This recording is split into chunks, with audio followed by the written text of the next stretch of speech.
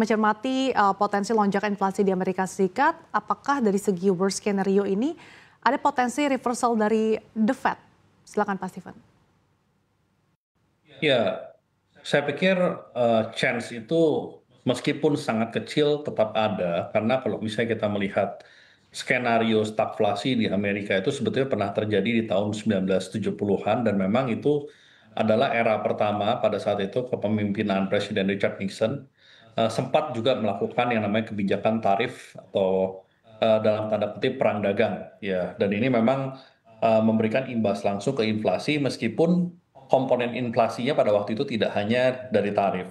Tapi saya percaya bahwa potensi skenario tersebut sebetulnya tidaklah besar mengingat secara growth ekonomi Amerika Serikat saat ini memang relatif sudah melemah karena kita harus tahu bahwa selama 3-4 tahun terakhir yang membuat pertumbuhan ekonomi Amerika begitu superior adalah karena memang spending atau belanja stimulus fiskalnya memang amat sangat besar, 8 sampai 10 triliun dolar. Dan ini yang secara perlahan 1-2 tahun terakhir ini sudah mulai ditarik kembali oleh pemerintah, tidak lagi diberikan stimulus yang signifikan sehingga real ekonominya mulai mengalami pelemahan. Jadi saya tidak berpikir skenario reversal dalam suku bunga Oke. ini probabilitasnya tinggi ya, karena kembali lagi ekonomi Amerika sudah masuk ke fase perlambatan.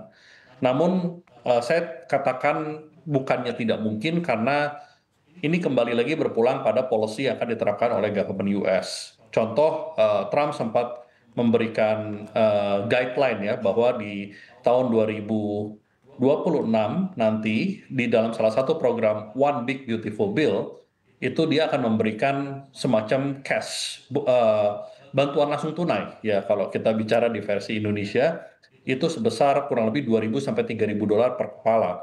Nah, ini bisa saja jadi satu policy yang membuat ekonomi US kembali growing dan bisa jadi menyebabkan potensi inflasi. Tapi ini semua masih sifatnya perkiraan dan estimasi. Baik. Kalau kita berangkat dari kondisi fundamental saat ini, saya pikir probabilitas reversal ini masih sangat rendah. Mhm. Mengingat ekonomi Amerika Serikat sekarang sudah dalam fase pelemahan. Kalau dari analisa Anda Pak Steven, seberapa besar ruang pemangkasan BI rate maupun Fed Fund rate hingga akhir tahun 2025 nanti? Ya, saya pikir ruang pemangkasan daripada Bank Indonesia relatif lebih besar. Karena kita bisa melihat bahwa salah satu biggest concern daripada Bank Indonesia yaitu stabilitas nilai tukar bisa dibilang relatif manageable dalam kondisi saat ini. Sehingga Bank Indonesia betul-betul dapat fokus memprioritaskan pada mendorong pertumbuhan ekonomi. Saya kira di kisaran 50 sampai 75 basis adalah ruang yang masih dimiliki Bank Indonesia mengingat kondisi inflasi domestik dan stabilitas nilai tukar serta urgensi ya untuk mendorong pertumbuhan ekonomi karena kita memang melihat saya pikir secara ekonomi kita tidak dalam fase yang sangat depressed, tapi kita juga tidak bisa mengatakan bahwa ekonomi saat ini relatif ideal sekali, tidak. Sehingga tentunya penurunan suku bunga ini diperlukan karena kembali lagi suku bunga memang diturunkan pada saat central banks melihat perlu adanya dorongan untuk ekonomi itu tetap bertumbuh. Jadi memang itu yang kita lihat ada acknowledgement bahwa ekonomi saat ini tidak dalam kondisi yang 100% ideal.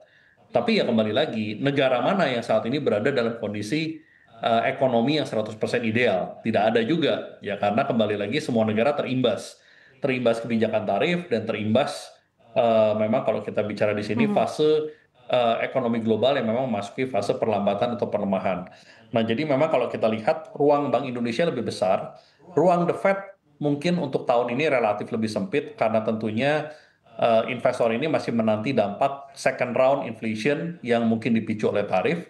Tapi kalau kita bicara di 2026, saya pikir The Fed tentunya akan punya chance yang lebih tinggi pada saat tarif ini semua sudah dipastru ke konsumen, atau kalau ke depannya bisa dicapai deal-deal antara Amerika dengan negara lain sehingga menghasilkan tarif yang lebih rendah dan biaya produksi yang lebih rendah untuk Oke. produsen di Amerika Serikat. Di tengah dinamika ini, potensi untuk sektor mana yang Anda nilai masih overweight ataupun justru sektor-sektor yang harus dihindari atau underweight?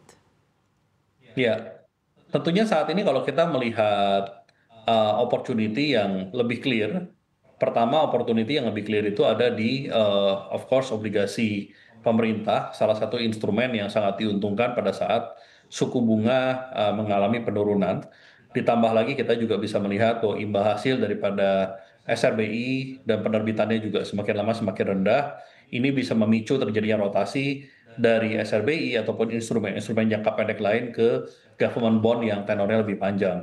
Dan ini tentunya inline. Kemudian kalau kita bicara di equity market, kita bicara sektor seperti perbankan yang tentunya dengan penurunan suku bunga, pressure daripada cost of fund di beberapa banks itu akan mulai mereda dan bisa menjadi chance mengingat valuasi daripada saham-saham perbankan pun relatif menarik.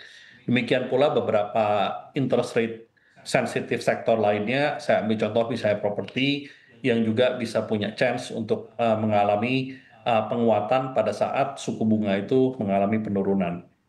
Mhm.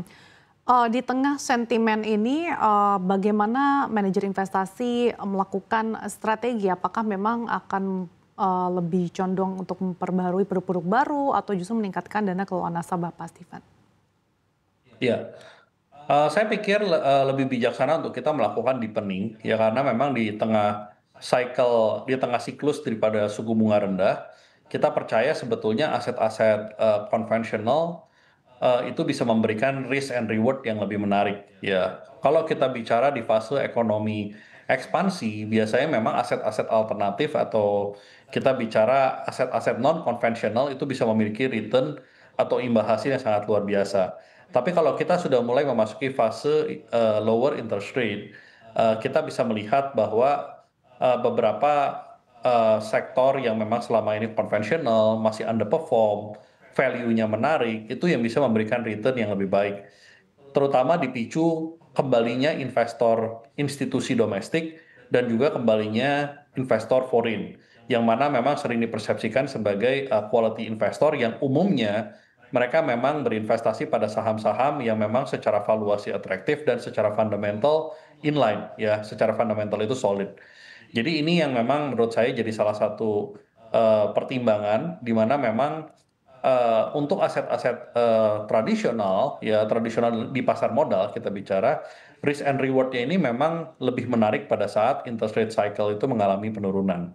Jadi tentunya ini bisa menjadi pertimbangan daripada investor yang mungkin selama ini mengalami atau mengambil Baik, resiko yang terlampau tinggi di aset-aset investasi alternatif yang memang memberikan imbal hasil di siklus-siklus yang kita bicara baik. interest rate-nya tinggi atau siklus yang tidak normal. Iya.